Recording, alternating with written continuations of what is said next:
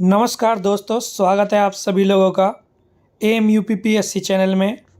जैसा कि आप लोग जानते हैं, हम लोगों ने एक नया इनिशिएटिव शुरू किया है जिसमें हम जनसत्ता अथवा दैनिक जागरण दोनों में से जिस भी न्यूज़पेपर में हमारे एग्ज़ाम पॉइंट ऑफ व्यू से एक अच्छा एडिटोरियल आता है उसको हम डिस्कस करते हैं।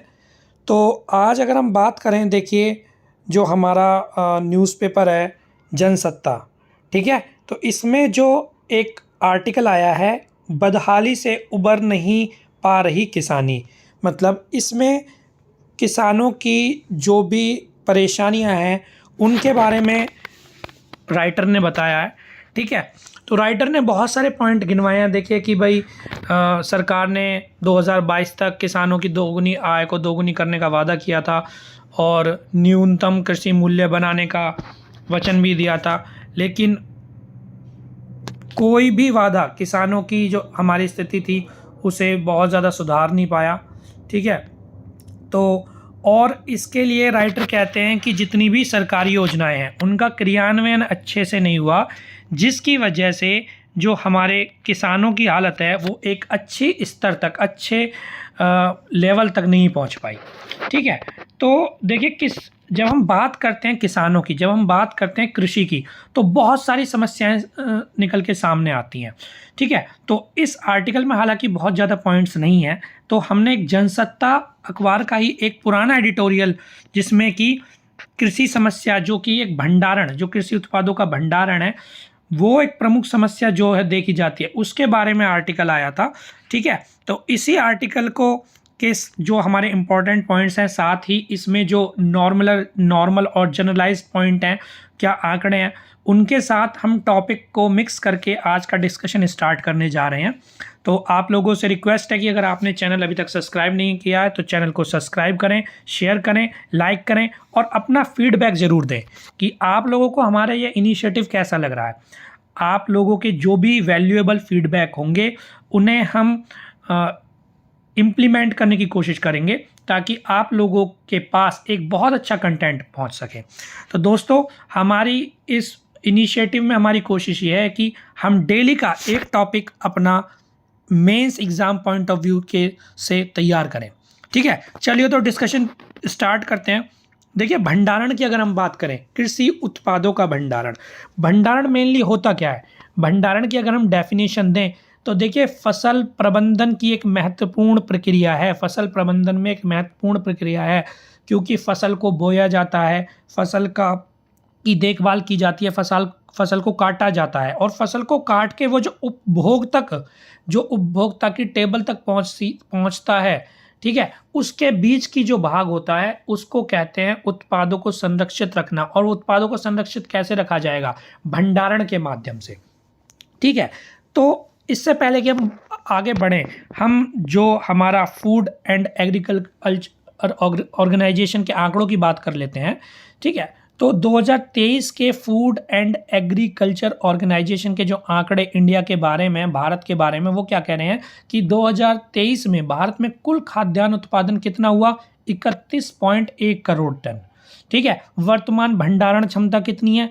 14.5 करोड़ टन। तो अगर आप इन दोनों आंकड़ों को देख ले तो यहीं से स्पष्ट हो जाएगा कि जितना खाद्यान्न उत्पादन हो रहा है हमारे देश में, उससे आधी भी हमारी भंडारण क्षमता नहीं है। और भंडारण क्षमता नहीं है तो इसकी बहुत सारी समस्याएं देखने को मिलती हैं, ठीक है। चलिए पहले हम समस्या को ही बात कर लेते हैं, क्या क्या समस्याएं होती हैं। देखिए, पहली समस्या क्या होती है कि प्रबंधन बहुत अच्छे से नहीं है। भंडारण का जो प्रबंधन है वो बहुत अच्छे से नहीं है। मतलब जो भंडार गृह होते हैं, जैसे कि कोल्ड स्टोर हुआ, ठीक है, तो कोल्ड स्टोर हुआ, इस तरह की जो भी फैसिलिटी होती है उनकी बहुत ज़्यादा देश में कमी है, ठीक है। और कमी तो है ही, साथ में वो संख्या में भी कम है और उनकी जो कैपेसिटी है, ठीक है, यानी उनकी जो भंडारण की क्षमता है वो भी कम है।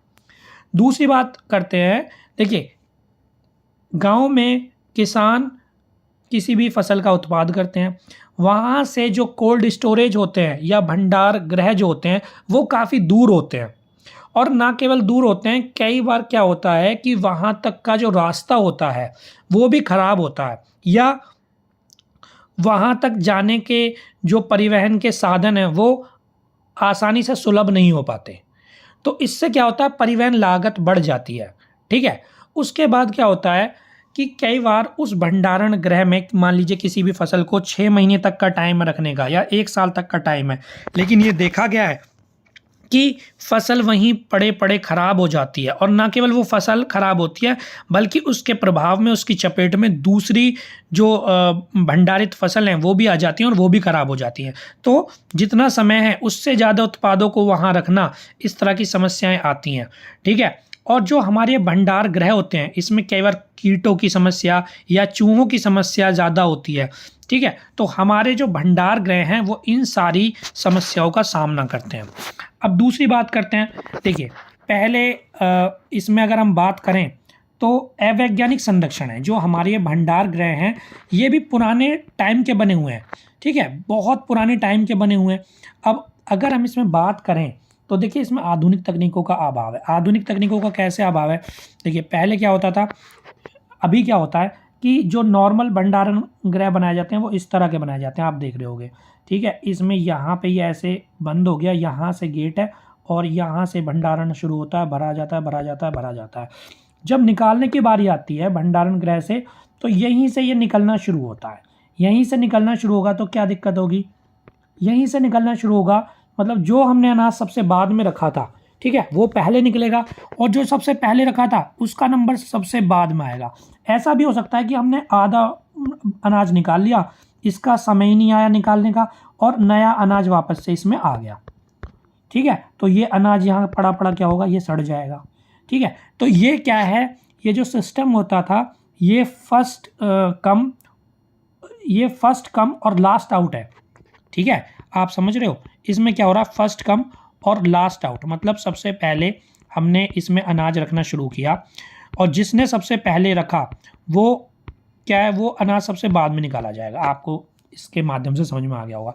जबकि भंडारण गृह में एक छोटी सी तकनीक ये भी हो सकती है फर्स्ट कम फर्स्ट आउट की, कि देखिए इधर भी गेट है और इधर भी गेट है भंडारण क्षमता के, तो हमने अगर यहाँ रखा, यहाँ रखा, यहाँ रखा, ये भर गया, तो भरने के लिए हमने ये गेट यूज़ किया और जब इसमें से हमें उत्पादों की ज़रूरत होगी तो निकालने के लिए हम ये गेट यूज़ करेंगे।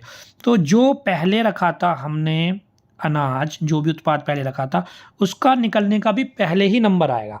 ठीक है, तो फर्स्ट कम फर्स्ट आउट जो हमारी ये तकनीक होती है इस पे आधारित हमें भंडार गृहों का निर्माण करना चाहिए। और जो समस्याएं अभी हमने ऊपर देखी कि भाई चूहे खा जाते हैं, ठीक है, और अधिक समय तक यहाँ पे अनाज पड़ा रहता है, तो उनको क्या है कि वो सारी चीज़ें हम यहाँ पे देख सकते हैं कि भाई हमारी ये सारी चीज़ें हमको इस तरह से समस्याएं आती हैं।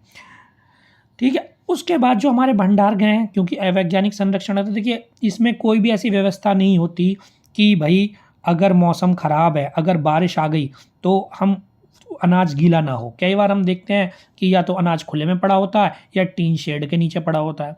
अब जो टीन शेड है, मान लीजिए वो अगर बहुत पुरानी हो गई हैं और उनमें से पानी टपकने लग गया है तो भाई सीधी सीधी बात है उससे हमारा अनाज का ही लॉस होगा, अनाज ही ख़राब होगा। ठीक है, तो उससे क्या होगा कि हमारा अनाज ही वेस्ट होगा। तो ये भी एक अवैज्ञानिक संरक्षण की बात होगी। अब जैसा कि हम पहले भी डिस्कस कर चुके हैं कि भंडारण क्षमता में कमी है, ना केवल उनकी संख्या कम है भंडार गृहों की, अपितु उनकी जो क्षमता है, मान लीजिए कि होने चाहिए 100 और हमारे पास हैं 60-65, ठीक है, और मान लीजिए उनकी क्षमता होनी चाहिए कि हम एक में 1000 टन अनाज रख सकते हैं, लेकिन हम रख कितना पा रहे हैं, 400 टन, 450 टन। तो मतलब उनकी संख्या भी कम है आज की डेट में और उनकी क्षमता भी कम है, संख्या और क्षमता दोनों। ठीक है, वही यहाँ FAO के आंकड़ों से हमें पता चल रहा है कि भंडारण क्षमता खाद्यान्न उत्पादन से बहुत कम है। अब देखिए लागत बहुत होती है, रखने की लागत बहुत होती है। किसान जब क्या करते हैं, किसान जब अपने अतिरिक्त उत्पाद को अगर कोल्ड स्टोरेज में, भंडार गृहों में अगर मान लीजिए संरक्षित करने का प्रयत्न करते हैं तो उसकी लागत बहुत ज़्यादा होती है। कई बार तो ऐसा होता है कि इतनी ज़्यादा लागत होती है कि या तो किसान उसमें अपने अनाज को ले नहीं जाते, और अगर एक बार ले रख के आ जाते हैं तो बाद में उसकी लागत इतनी बैठ जाती है कि किसान उसको चुकाने में असमर्थ होते हैं। ठीक है, और उसी जो भंडारण है वो आगे उससे उनका मन उदासीन हो जाता है और फिर ये सोचते हैं भाई जैसा भी है चलो थोड़ा बहुत ख़राब हो जाएगा, हम तो अपने घर में ही जितना भी पॉसिबल होगा वहाँ रख लेंगे। उसकी वजह से क्या होता है, घर में भी वही समस्याएं आती हैं, कीटों की, चूहों की, है ना। उसका जो पर्याप्त प्रबंधन है वो नहीं होता, तो कृषि भंडारण में ये इतनी सारी समस्याएं आती हैं। अब कृषि भंडारण एक अच्छा होना चाहिए, बहुत एक उन्नत कृषि भंडारण की हम लोगों को, हमारे देश को, हमारे किसानों को ज़रूरत है। तो क्यों ज़रूरत है, क्यों इस भंडारण का इतना ज़्यादा महत्व है, चलिए इस पे बात कर लेते हैं। देखिए, सबसे पहला पॉइंट तो यह है कि अगर हमारा भंडारण उच्च कोटि का है, उन्नत है, तो उससे मांग और पूर्ति की जो क्षमता है वो समायोजित हो जाती है। देखिए, जब फसल कटती है, जब सारी फसल आती है, तो उस समय तो बाज़ार में बहुत सप्लाई है। ठीक है, अगर मान लीजिए वो सारा निर्यात कर दिया जाए, है ना, अगर वो सारा निर्यात कर दिया जाए तो एक समय बाद क्या होगा कि हमारे पास होगा नहीं, जबकि मार्केट में उसकी डिमांड रहेगी, तो सप्लाई कहाँ से हो पाएगी। ठीक है, तो अगर हमारे भंडार गृह अच्छे होंगे, पर्याप्त होंगे, तो मांग और पूर्ति समायोजित रहेगी। उससे दूसरा पॉइंट है कि कृषि उत्पादों की बर्बादी पर रोक लगेगी, जैसा कि हमने ऊपर डिस्कस करा कि लोग, किसान घर में ही संरक्षित करते हैं। ठीक है, और कई बार घरों में चूहे लग जाते हैं, बारिश में भीग जाता है अनाज, तो उससे क्या होता है, कृषि उत्पादों की बर्बादी होती है, तो कृषि बर्बादी पे भी रोक लगेगी। तीसरी बात हम करते हैं किसानों को साख सुविधा की प्राप्ति। देखिए, सरकार ने किसानों को बहुत सारी ऋण सुविधाएं प्रदान करने की जो कोशिश है वो की है, लेकिन समस्या क्या आती है कि जो सीमांत और लघु किसान हैं उन लोगों को पर्याप्त ऋण नहीं मिल पाता। ठीक है, लेकिन अगर भंडारण की क्षमता अच्छी हमने विकसित कर ली तो किसान उसमें क्या है, अपने अतिरिक्त उत्पादों को भंडार कर सकेंगे और वो बाजार से ऋण भी ले सकेंगे, क्योंकि उन्हें पता है कि उनका उत्पाद क्या है, भंडार गृह में सुरक्षित है, तो उसको बेच के वो उस ऋण का भुगतान भी कर सकते हैं। तो किसानों को क्या है, साख सुविधा की प्राप्ति होगी बहुत आसानी से। उसके हम बात करते हैं बाजार में माल का निरंतर प्रवाह रहेगा।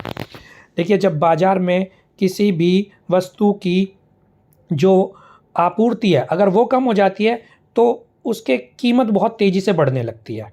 ठीक है, कीमत बढ़ने लगती है अगर कमी हो जाती है। लेकिन अगर भंडार गृहों में हमने कृषि उत्पादों को संरक्षित रखा है, भंडारण करके रखा हुआ है, तो ऐसा नहीं होगा कि कीमत हमेशा बढ़ जाए, तो इससे उपभोक्ता जो हैं, ठीक है, उनको भी लाभ होगा। और देखिए, बफर स्टॉक का काम होगा, बफर स्टॉक हमारा बना रहेगा अगर हमने अच्छे भंडार गृह, अच्छे कोल्ड स्टोरेज विकसित कर लिए।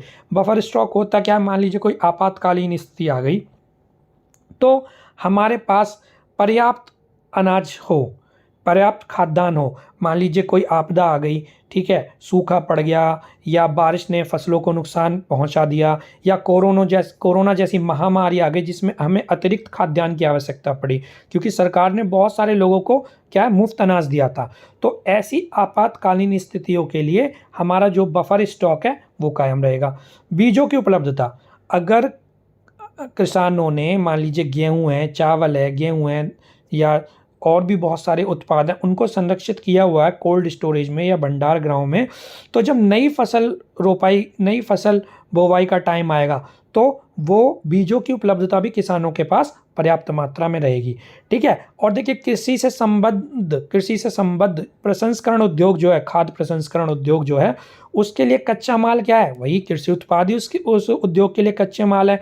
तो अगर मान लीजिए भंडार गृहों में सभी तरह के खाद्यान्न में ये नहीं कि केवल अनाज ही है, वही सब्जियां भी हैं, फल भी हैं, ठीक है, मसाले भी हैं और अनाज तो है ही है। तो अगर वो पर्याप्त मात्रा में है तो प्रसंस्करण उद्योग को क्या है, फलने फूलने का मौका मिलेगा, उसके लिए कच्चे माल की आपूर्ति सुनिश्चित रहेगी हमेशा के लिए। ठीक है, अब प्रसंस्करण उद्योग अगर अच्छे से फले फूलेगा तो किसानों के जो उत्पाद है उसकी बाजार में मांग होगी तो किसानों को उनकी फसल का सही मूल्य मिलेगा। ठीक है, और अगर प्रसंस्करण उद्योग अच्छी तरह से फलेगा फूलेगा तो रोजगार का भी निर्माण होगा। ठीक है, तो ये सारे महत्व हैं कि क्यों कृषि उत्पादों का भंडारण, ठीक है, बहुत अच्छा होना चाहिए, उन्नत तकनीकी आधारित होना चाहिए। ठीक है, तो अब हम ये देख लेते हैं कि सरकार ने कोई प्रयास किए या नहीं किए। तो देखो, सरकार इस दिशा में बहुत अच्छा काम कर रही है। नाबार्ड ने ग्रामीण भंडारण योजना प्रारंभ करी है। ठीक है, इसमें क्या है कि अगर कोई व्यक्ति या व्यक्तियों का समूह, जैसे कि मान लीजिए किसान उत्पादक संगठन होते हैं, ठीक है, तो या कोई व्यापारी है, तो अगर कोई ग्रामीण क्षेत्र में भंडारण जो भंडार केंद्र अगर स्थापित करना चाह रहा है, तो उसको क्या है, निर्माण में सब्सिडी प्रदान की जाएगी। लेकिन शर्त भी है। शर्त क्या है कि भाई कम से कम उसकी क्षमता 100 टन कम से कम होनी चाहिए और अधिक से अधिक 30,000 टन की होनी चाहिए। तो जहाँ भी भंडारण से रिलेटेड कोई भी प्रॉब्लम आए, आपको कोई पॉइंट लिखना हो, तो आप इस नाबार्ड द्वारा शुरू की गई ग्रामीण भंडारण योजना का उल्लेख अवश्य करेंगे। ये एक अच्छा पॉइंट है, इम्पोर्टेंट है। ठीक है, अब देखिए भंडारण क्षमता को हम और आगे कैसे अच्छा बना सकते हैं, आगे की राह इसमें क्या हो सकती है। तो देखिए, ग्राम स्तरीय भंडारण इकाइयों का निर्माण किया जाना चाहिए, जो कि नाबार्ड की ग्रामीण भंडारण योजना जिस क्षेत्र में काम कर रही है, बिल्कुल पहला पॉइंट वही है कि जो भंडार गृह हैं जो दूर दूर होते हैं, वो दूर दूर ना होके ग्रामीण क्षेत्रों में ही, ठीक है, या तो हर गाँव में, या गाँव छोटे हैं तो 2 या 3 गाँवों के बीच में भंडारण इकाइयों का निर्माण किया जाना चाहिए। तो जो हमारे विकेंद्रीकृत, इससे क्या है, विकेंद्रीकृत और ग्राम स्तरीय भंडारण इकाइयों का एक नेटवर्क बन जाएगा। ठीक है, और दूसरी चीज़ क्या है कि जो सहकारी समिति हैं और किसान उत्पादक संगठन है, इन संगठनों को भी भंडारण की दिशा में शोध करने की और कार्य करने की आवश्यकता है। देखिए, अगर भंडारण अच्छा होगा तो समावेशी लचीला कृषि पारिस्थितिक तंत्र हमारा बन जाएगा, जिससे क्या होगा, एक अच्छा कृषि परिवेश बन पाएगा। ठीक है, जिससे किसानों को की जो आय है वो बढ़ेगी, खाद्यान्नों की जो बर्बादी है वो रुकेगी, और जो हमारा देश है उसमें भुखमरी जैसी समस्याओं का समाधान होगा। तो ये जो हमारा टॉपिक है, इससे आप कई पॉइंट्स निकाल सकते हैं कि देखो, एक तरफ आप जानते हैं कि भाई चीन के बाद भारत खाद्यान्न उत्पादन के मामले में विश्व में दूसरे नंबर पे आता है। लेकिन अगर आप एक तरफ देखोगे क्या, वैश्विक भुखमरी सूचकांक, तो उसमें भारत की रैंक कितनी है, उसमें भारत की रैंक है 111। तो है ना कितना बड़ा विरोधाभास।